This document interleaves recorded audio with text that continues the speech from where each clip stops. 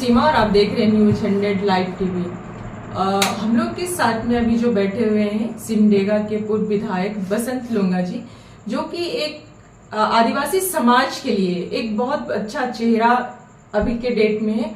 और आपको एक चीज ये भी बता दें कि ये जेएमएम के बहुत अच्छे नेता भी रह चुके हैं और आज के डेट में जेएमएम को छोड़ के ये निर्दलीय से खुद एक खुट्टी लोकसभा से अपना चुनाव भी लड़ रहे हैं। तो हम लोग डायरेक्ट उन्हीं से जुड़ते हैं कि वो जो जेएमएम में रहते हुए भी निर्दलीय में आने का कैसे सोचे और उनका जर्नी क्या रहा। सबसे पहले तो आपको न्यूज 100 में जोहार है सर। जोहार। क्योंकि आप जेएमएम के काफी अच्छा नेता भी रह चुके हैं। कई बार आपको मैंने बापू वाटिका के पास में धरना पे भी देखा हुआ है और आज के डेट में खुद का एक पार्टी बना के निर्दलीय के साथ में आप चुनाव लड़ने का सोचे। आपके चैनल के माध्यम से सभी दर्शकों को, झारखंडियों को हार्दिक जोहार। एक्चुअली हम लोग आंदोलन के उपज हैं और झारखंड अलग राज्य के लिए विश्व गुरु शिबू सोरेन के नेतृत्व में लंबी लड़ाई लड़ी। स्टूडेंटहुड से ही अलग राज्य के पक्षधर रहे और झारखंड मुक्ति मोर्चा एक ईमानदार संगठन का साथ मिला और हम लोगों ने इसको आगे बढ़ाया और आज अलग राज्य की फिजाओं में सांस ले रहे हैं। और चुनाव वर्तमान समय में जनता को सुविधा देने के लिए, उनकी समस्याओं के समाधान के लिए उचित प्लेटफॉर्म है। और यह कहें कि संसार में पॉलिटिक्स से हम लोगों को एक नई दिशा दे सकते हैं, जिंदगी दे सकते हैं। और इसी के मद्देनज़र हमने लंबे समय से खूंटी लोकसभा से झारखंड मुक्ति मोर्चा के टिकट पर चुनाव लड़ने की बात कही है संगठन को। और सबसे बड़ी बात है कि आज भी हम खुद को झारखंड मुक्ति मोर्चा से अलग नहीं समझते हैं।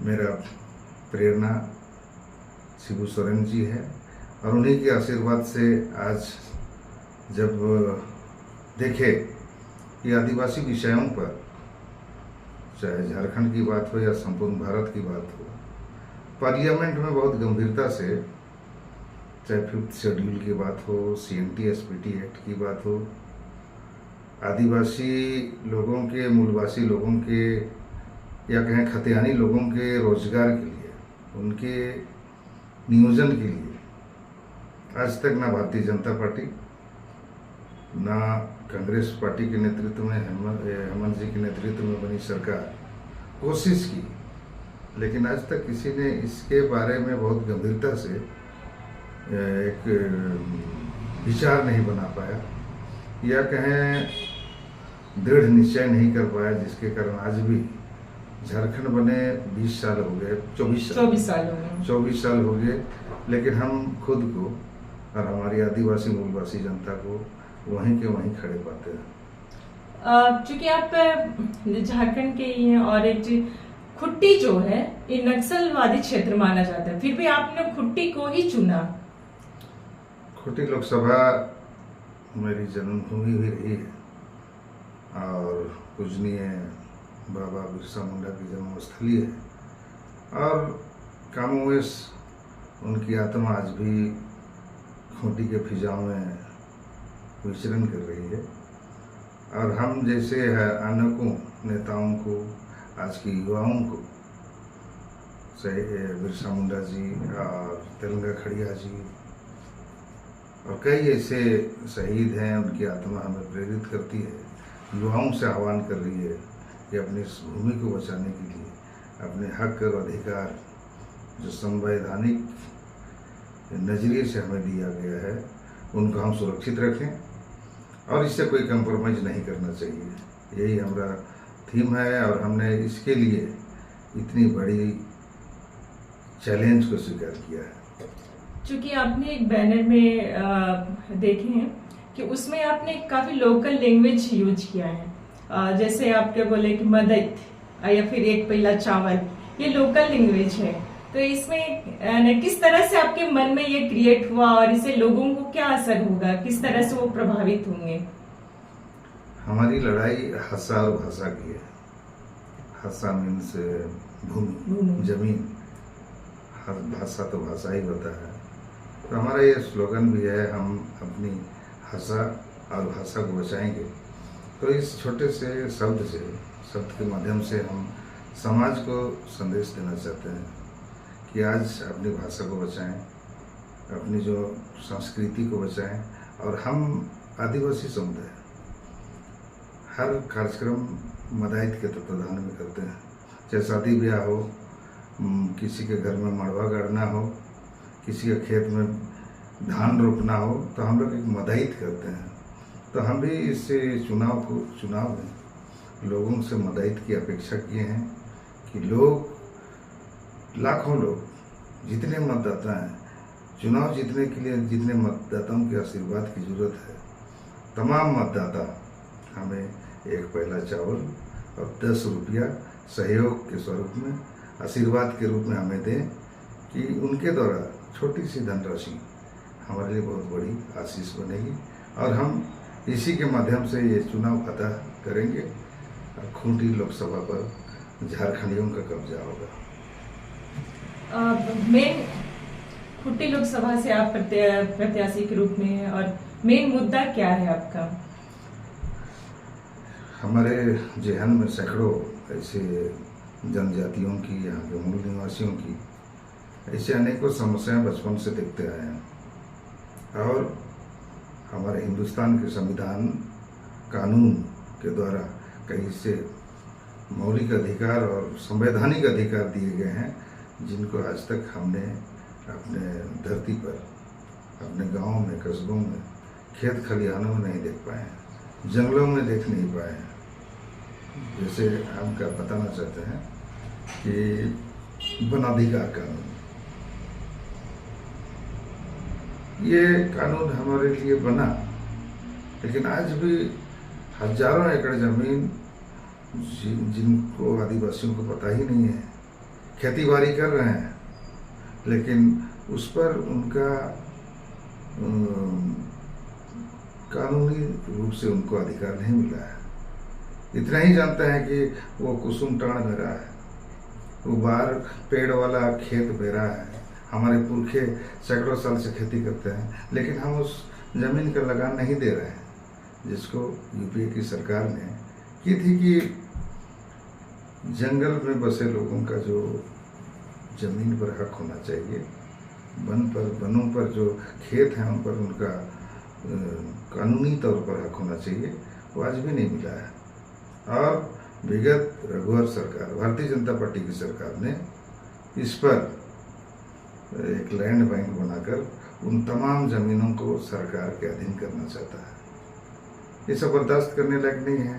दूसरी बात है, CNT एक्ट में हमेशा इस पर छेड़छाड़ हुआ है। CNT एक्ट का उल्लंघन किया गया है। ये रांची में भी, गांव में भी, जिलों में भी CNT एक्ट का उल्लंघन हुआ है, जिसका हम विरोध करते हैं। विरोध के स्वरूप में इन बातों को हम लोकसभा में कहना चाहते हैं, राष्ट्रपति जी को कहना चाहते हैं, जो हमारे आदिवासियों के संरक्षक हैं, प्रधानमंत्री, जो भी सरकार रहे, हम पुरजोर तरीके से इन बातों को रखेंगे। और 5th शेड्यूल, ग्राम सभा को अधिकार, इन सब बातों में आज तक पार्लियामेंट में एक लाइन भी किसी आदिवासी सांसद ने नहीं कहा है। यही मेरे उतावलेपन का कारण है कि हम संसद में इन बातों को रखना चाहते हैं, ताकि यहाँ की आदिवासी मूलवासी जनता का हित हो, उनकी उन्नति हो, तरक्की हो। चूंकि खूंटी लोकसभा से कई सारे प्रत्याशी भी वहां पे खड़े हुए हैं और आप भी उसी में से एक हैं, तो किस तरह से लोग वहां के जनता को, खूंटी के जनता को लोग अपने साइड में, मतलब रुझान अपने साइड में लेके आएंगे उसको?